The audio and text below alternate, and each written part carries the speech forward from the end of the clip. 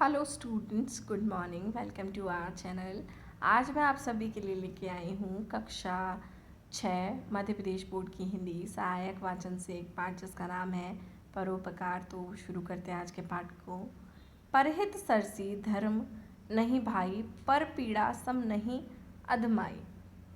तो बिना स्वार्थ के अन्य किसी व्यक्ति की शारीरिक, आर्थिक या बौद्धिक सहायता ही करना ही परोपकार है। मनुष्य के सामाजिक प्राणी होने की सार्थकता इसी बात में है कि वह स्वार्थ से ऊपर उठे, केवल अपनी ही भलाई की बात न सोचे, सहृदय बने और दूसरों की भलाई के लिए सदैव तत्पर रहे। समाज में हर प्रकार के लोग रहते हैं। दुर्घटनाएं, बीमारियां और विपत्तियां अचानक ही आती हैं। ऐसे में पीड़ित और ज़रूरतमंद की सहायता के लिए यदि कोई स्वयं प्रेरित होकर आगे आता है तो उसकी मदद ज़रूर मदद करता है, तो उस व्यक्ति की दयालुता और परोपकार कहा जाएगा। निस्वार्थ भाव से की गई दूसरों की सहायता से हमें आत्मिक सुख और आनंद की प्राप्ति होती है। ऐसे व्यक्तियों को सज्जन कहा जाता है।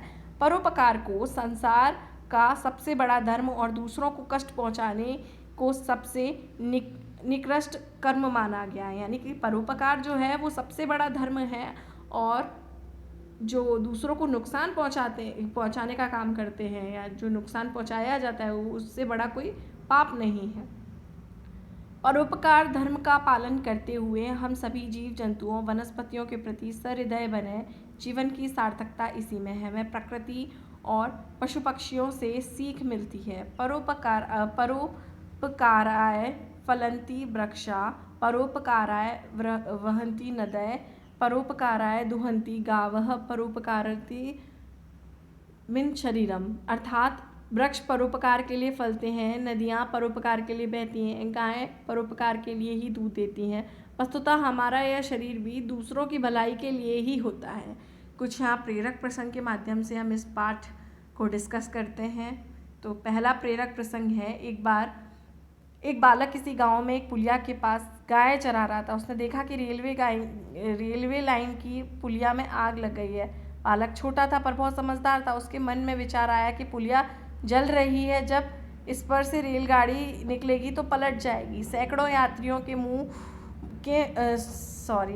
यात्री मौत के मुंह में चले जाएंगे। इनकी रक्षा करनी चाहिए। उसने स्कूल और पुस्तकों में आचार्य जी से परोपकार की महिमा पढ़ी और सुनी थी, अतः विचार कर उसने कुछ करने का निश्चय किया। वहाँ उसके पास लाल कपड़े जैसा कुछ भी नहीं था जिससे कि रेलगाड़ी को रोका जा सके। उसने बहुत विचार किया पर कुछ समझ ना आए।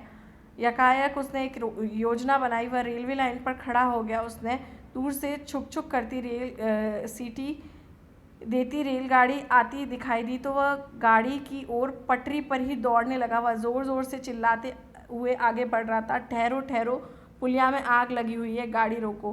पर वहाँ उसकी आवाज़ किसी को भी ना सुनाई दी। शोर में उसकी आवाज़ खो गई। वह पटरी के बीच में खड़ा अपने दोनों हाथ उठाकर पुकार रहा था, गाड़ी रोको, गाड़ी रोको। गाड़ी धड़धड़ाती उसी कुचलती आगे निकल गई। बालक की चीख भी गाड़ी की आवाज़ में विलीन हो गई, लेकिन चालक की नज़र उस पर पड़ गई। उसने थोड़ी दूर जाकर गाड़ी रोक दी। उसने देखा पुलिया धू धू करके जल रही है और बालक कटा पड़ा है।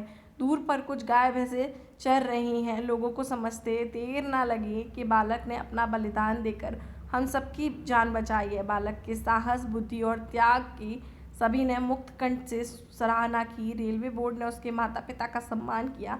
हमें भी हर स्थिति में दूसरों की सहायता अवश्य करनी चाहिए। एक और प्रेरक यहाँ प्रसंग दिया हुआ है। लगभग 900 वर्ष पहले की बात है। राजा भीमदेव गुजरात में राज करते थे। उनका एक लड़का था मूलराज। बड़ा होनहार था, साथ ही बड़ा दयालु भी था। एक साल गुजरात में बरसात नहीं हुई। खेत सूखे रह गए। एक गांव के लोग राजा को लगान नहीं दे सके। राजा के सिपाहियों ने उस गांव में जाकर लोगों के घर में जो कुछ था सब जब्त कर लिया और किसानों को भी साथ लाकर हाजिर किया। राजकुमार मूलराज पास ही खेल रहा था।